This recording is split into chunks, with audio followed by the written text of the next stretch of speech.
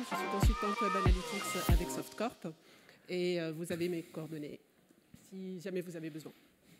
Et donc moi je suis Sébastien Monnier, je suis fondateur de Woptimo. On est une agence de data marketing. On fait surtout de l'analytics, de la data évidemment, et un peu de search, logiquement. Et mon compte Twitter. Alors, Google Analytics, je ne sais pas si vous vous rendez compte, mais à 15 ans. Globalement, ça a été créé en 2004, acheté par Google en 2005. Et la plateforme technique derrière n'a jamais véritablement changé. C'est-à-dire que c'est pour ça que vous avez des trucs qui sont un peu chiants, comme les objectifs, où on ne peut pas faire d'entonnoir d'événements, où les objectifs, il faut d'abord aller recopier-coller l'événement précisément. Si on fait une petite faute d'orthographe, hop, ça ne marche plus. Enfin, plein de trucs comme ça. Les filtres qui ne sont pas très, très pratiques. Il y a plein d'éléments qui sont un petit peu nuls. Donc en 2017, Google a encore racheté aussi une société pour avoir Firebase pour le tracking des apps. Et on va le voir, ils se sont basés donc sur le tracking de Firebase pour l'adapter au web. Et c'est ça qui donne App+Web. App+Web, ça fait quelques mois qu'on entend parler très souvent. Et aujourd'hui, donc, on a voulu vous présenter les principales nouveautés et différences entre App+Web et le Google Analytics qu'on va appeler V1, le GAV1. Donc, le GAV1, le modèle de données de GAV1 consiste en la collecte de plusieurs hits de différents types, tels que la page vue, les événements, les transactions ou interactions sociales. Ces hits-là sont regroupés en un ensemble de sessions. Et ces sessions-là, elles se poursuivent tant qu'il n'y a pas 30 minutes d'inactivité, un changement de source de trafic ou minuit. Avec A+Web, ce modèle de données va changer, puisqu'on va collecter une série d'événements. Et le tracking de ces événements-là a été simplifié. Je ne sais pas si vous vous rappelez, donc au niveau de GAV1, pour traquer un événement, il faut renseigner, il faut remonter la catégorie d'événement, il faut remonter l'action d'événement et il faut remonter le libellé d'événement. Ce qui n'est pas toujours chose facile parce que, en termes de nomenclature, il faut vraiment être représentatif et satisfaire le maximum de vis-à-vis d'utilisateurs finaux. Heureusement, avec A+Web, pour traquer un événement, il suffit de remonter le nom de l'événement. Et si on veut personnaliser encore plus, on est en mesure d'utiliser les paramètres d'événement. Donc là, je vous donne l'exemple d'un reporting d'un client B2B. Là, vous voyez, c'est le listing de tous les événements, pas tous, mais la majorité des événements qu'il est en train de traquer. Vous remarquerez la petite flèche à gauche, donc elle signifie que l'événement en question, pour l'événement en question, on est en train de remonter des paramètres d'événement. Et par exemple, pour l'événement download document, on voulait remonter, parce que pour ce client-là, en fait, il est en train de remonter, il propose le téléchargement de 3 types de documents. Tout ce qui est document officiel, tout ce qui est facture et tout ce qui est contrat. Donc on voulait personnaliser cet événement-là et on a ajouté des paramètres tels que document name et document type. Donc au niveau de ce reporting, il suffit de cliquer sur cet event. Au niveau de ce reporting, il suffit de cliquer sur cet event pour basculer vers une autre page de reporting plus détaillée qui va détailler par exemple à gauche le paramètre donc, document type et à droite le paramètre document name. Le tracking des événements a non seulement été facilité, simplifié, mais également automatisé pour un ensemble d'événements tels que le clic, le téléchargement et le scroll. Un autre tracking a été facilité, à savoir les conversions, alias les objectifs pour GAV1. Donc pour traquer une conversion, il suffit d'activer ces boutons bleus, là, et on aura un reporting dédié pour les conversions.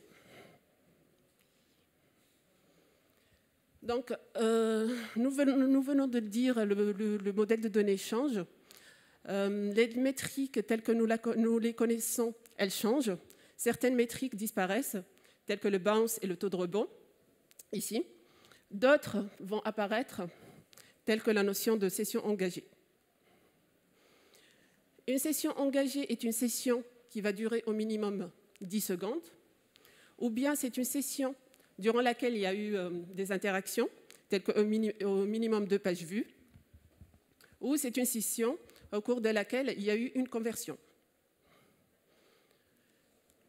Une autre métrique, à savoir le taux d'engagement, donc qui est calculé par les sessions engagées divisées par les sessions.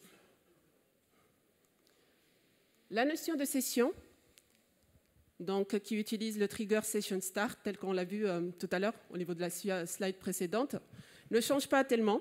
Donc c'est toujours la même définition. Le seul changement notable, c'est que les métriques qu'on est en train d'utiliser sont de portée utilisateur et non plus de portée session. Il y a également une fonctionnalité similaire aux dimensions personnalisées en portée utilisateur sur JAV1, qui est les propriétés utilisateurs. Et on a la possibilité de créer 25 propriétés utilisateurs différentes. Alors, oui, comme le nom l'indique, il s'appelle App plus Web. Alors attention, ça s'appelle App plus Web. Vous n'êtes pas obligé d'avoir une app pour l'utiliser. N'importe quel site web peut utiliser App plus Web. C'est pour ça que plutôt les web analystes ont plutôt tendance à appeler ça GAV2 que App plus Web, qui est assez moche comme nom et qui a priori devrait changer. Donc, une fois que vous avez créé votre propriété, vous allez pouvoir ajouter ce qu'on appelle donc des data streams. Comme vous le voyez, vous pouvez ajouter aussi bien iOS, Android ou le web, et ce qui vous permet d'avoir du cross-platform sur un seul reporting, ce qui n'était pas possible avant ou extrêmement compliqué avec Universal Analytics. Autre regroupement possible. Et ça, c'est vraiment sympa, en particulier même pour le web, tout court, c'est la possibilité de regrouper les utilisateurs connectés et non connectés. Sur le GA actuel, qu'est-ce que vous faites quand vous avez des utilisateurs connectés? Vous allez créer en fait une vue spéciale User ID, dans laquelle vous n'aurez que vos utilisateurs connectés, et vous n'avez pas les autres. Et donc, c'est un peu chiant. Ici, en fait, c'est vous qui décidez, et c'est rétroactif, et vous pouvez changer comme vous voulez. Si vous voulez vous baser sur un tracking qui va se baser sur les cookies ou le device ID pour la partie app, et donc dans ces cas-là, vous êtes en device only. Et si vous voulez mixer le cookie avec l'ID du CRM, donc le user ID, eh bien vous pouvez très bien le faire en cliquant sur user ID in device, et c'est ce qu'on recommande par défaut, et ça vous permet d'avoir un nombre d'utilisateurs beaucoup plus précis. Et on peut même supposer, là pour l'instant il n'y a que 2 possibilités, mais il y a de la place pour d'autres possibilités. On peut supposer que peut-être qu'à terme il y aura une 3e possibilité pour avoir un nombre d'utilisateurs avec en plus des utilisateurs supposés, en fait, ceux qui ont cliqué par exemple sur refuser sur la RGPD pour avoir une estimation en fait de ces utilisateurs-là. Pareil sur Safari, on voit que Google commence à penser à ça avec le nouveau Consent Mode. C'est toi ça. Alors, une des 2 nouveautés A+ Web préférées, c'est le reporting analysis. En soi, le reporting analysis n'est pas nouveau parce qu'il existe déjà avec GA360. Il est payant et là, il est accessible gratuitement avec A+ Web. Par contre, il y a eu des améliorations et des nouveautés avec ce reporting-là, avec A+ Web. Et une des nouveautés, en fait, c'est le fait que l'entonnoir d'achat est de portée utilisateur et il est rétroactif, ce qui n'est vraiment pas du tout le cas avec GAV1. Et parce que les entonnoirs d'achat avec GAV1 sont de portée session. Sébastien, j'aime bien ton exemple avec la pause café. Ouais, en gros, tu ajoutes au panier, tu pars au café pendant 31 minutes, eh bien, tu es dans une nouvelle session. Et donc, c'est comme si tu avais droppé entre l'autocarte et l'achat. C'est quand même très con. Actuellement, GAV1. En portant en portée utilisateur, tu es ce même utilisateur. Et là, pour le coup, enfin, l'entonnoir, il est bon. Là, c'est quand même un peu plus logique, en fait. Donc, au niveau de l'entonnoir d'achat, il y a une nouvelle métrique qui est liée au temps écoulé. Et ça, c'est formidable parce que vous allez avoir comme insight le temps écoulé entre chaque étape de votre entonnoir. Donc, vous pourrez avoir des indications aux éventuels freins ou problèmes pour chacune des étapes de votre tunnel d'achat. Donc, les entonnoirs d'achat avec A+ Web sont facilement paramétrables. Pour les paramétrer, il suffit d'utiliser les événements que vous traquez déjà ou bien d'utiliser les pages vues que vous remontez. Donc, les pages vues qui sont intéressantes pour votre tunnel. Avec l'entonnoir d'achat, donc A plus Web, il y a la possibilité d'ajouter jusqu'à 4 segments pour comparer vos étapes d'achat.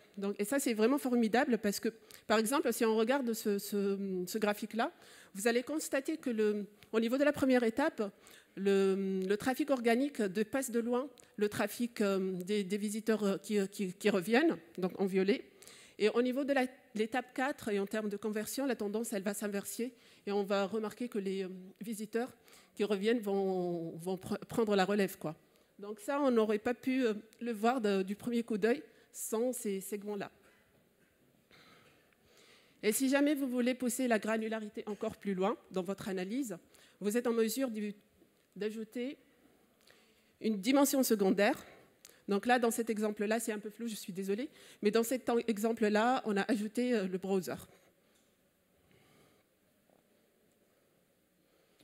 Et une des fonctionnalités moi, qui m'enchante le plus, qui était apparemment réservée aux payants en GA Premium, GA 360, et qui est désormais ouvert à tout le monde, c'est l'export des données brutes vers BigQuery. Alors, qu'est-ce qu'on entend par données brutes? C'est l'export de tous les événements et des pages vues, hein, mais ligne par ligne, et donc on a le timestamp précis, l'ID client, le user ID, etc. Donc on a toutes les informations directement dans BigQuery. BigQuery, pour ceux qui ne connaissent pas, c'est en gros l'entrepôt de données de Google, et qui permet de pouvoir traiter des gigas et des gigas de données en quelques secondes. C'est juste excellent. Par exemple, qu'est-ce qu'on peut faire? Tu as parlé tout à l'heure du temps moyen entre chaque étape.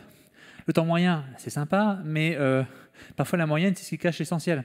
Je veux dire, si on a des utilisateurs très rapides, d'autres qui sont très lents, eh bien, en fait, on va avoir une moyenne, mais peut-être que en fait, tout le monde est à la moyenne, mais on ne sait pas. En fait. Donc, si on n'a pas l'écart type et si on n'a pas la médiane, c'est difficile de vraiment en tirer des conclusions plus intéressantes.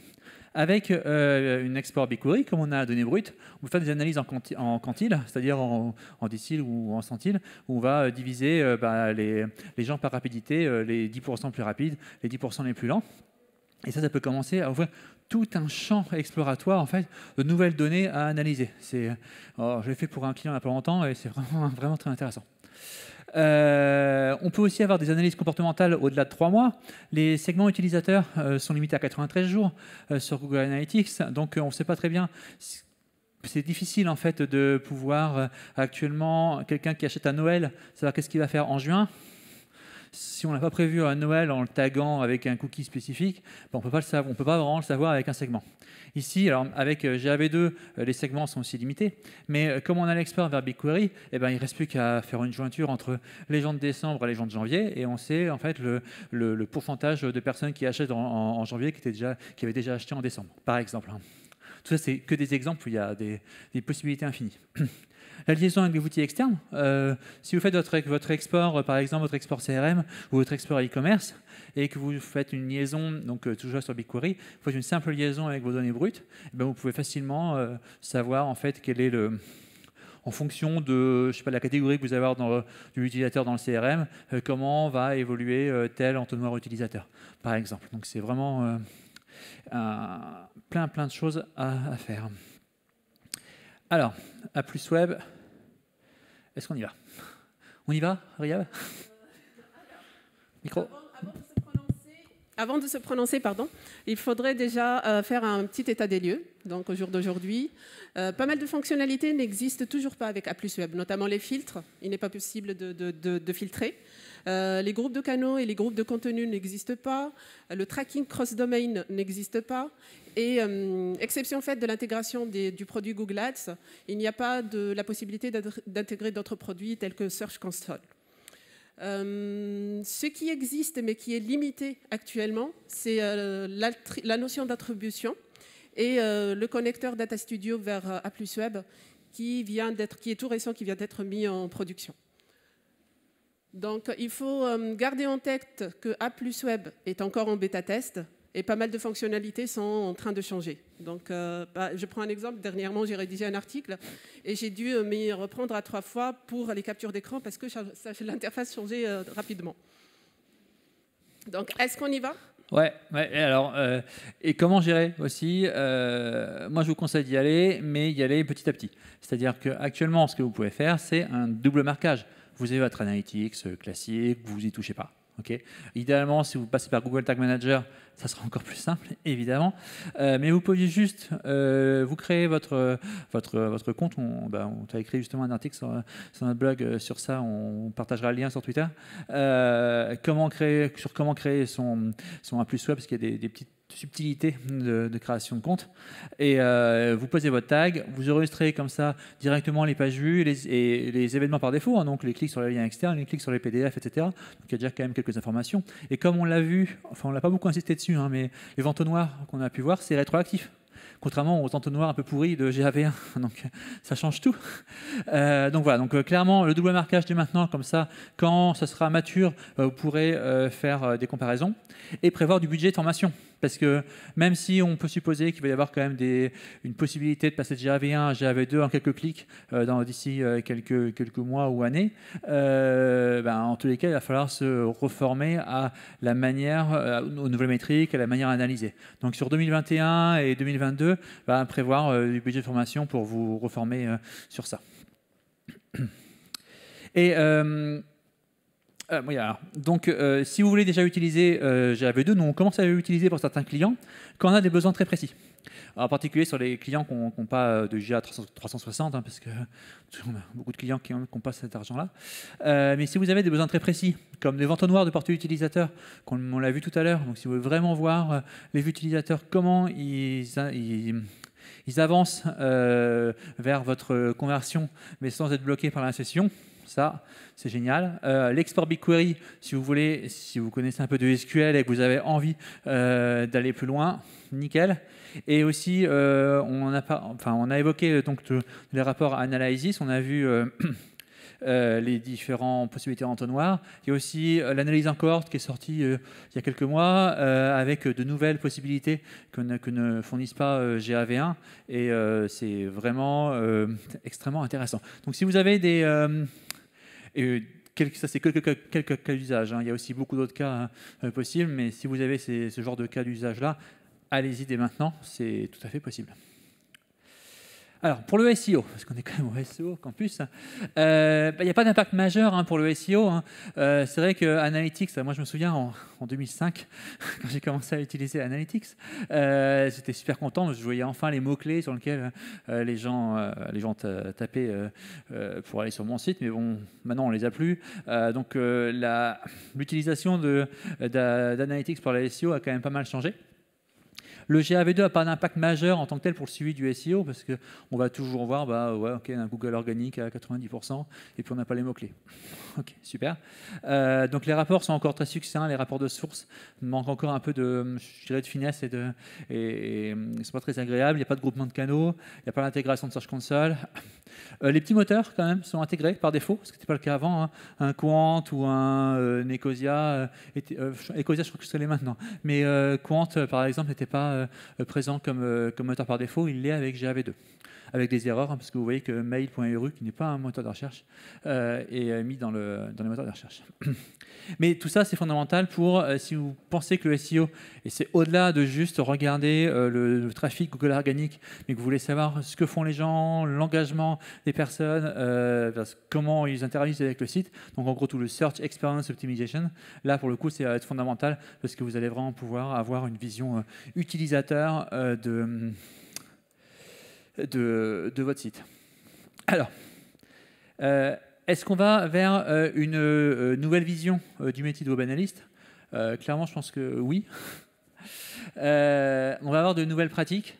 Tu le disais, Riyab, maintenant, il y a de plus en plus d'événements qui vont être collectés automatiquement. Donc, on va passer un peu moins de temps à faire de la collecte et de la configuration. Peut-être un peu plus de temps sur les problématiques RGPD, ça c'est un autre sujet, mais voilà. Mais on va surtout faire plus d'analyse, parce qu'avec Analysis, donc, on a quand même beaucoup de possibilités, et tout ce qu'on appelle un peu le data storytelling. C'est-à-dire qu'en gros, de vraiment s'assurer que la donnée qu'on va fournir à son N+1, son N+2, elle soit compréhensible et puisse correspondre vraiment à ce qu'on a envie de regarder, et non pas à ce que les outils nous proposent. Et donc, de nouvelles compétences. Donc, c'est vrai que GA-V1 Analytics, c'est rempli de petits trucs et astuces. Hein. J'ai regardé une conf que j'ai faite il y a 8 ans ici, je crois. C'était les 10 trucs et astuces de Google Analytics. La plupart sont plus d'actualité d'ailleurs. Mais c'est chiant, en fait, le truc et astuces. On ne devrait pas avoir besoin de trucs et astuces pour utiliser un outil, en fait. Donc, on va avoir un peu moins de ce besoin-là. Et on va avoir plus besoin d'analyse de données en tant que telles, en fait. Donc, en utilisant plus de SQL, plus de notions de statistiques. J'ai commencé à regarder des cours de stats. Hein. C'est important d'avoir des notions de base de stats. Et peut-être plus de Python à terme. On a vu qu'on pouvait avoir un export vers BigQuery. Il y a une partie machine learning dans BigQuery qui s'appelle BigQuery ML. On commence à s'amuser avec. Ça permet de faire des modèles de machine learning. Alors, on n'a pas encore de cas d'étude avec JAV2, peut-être pour l'année prochaine, mais ça peut commencer à ouvrir de nouvelles portes, en fait, tout ça.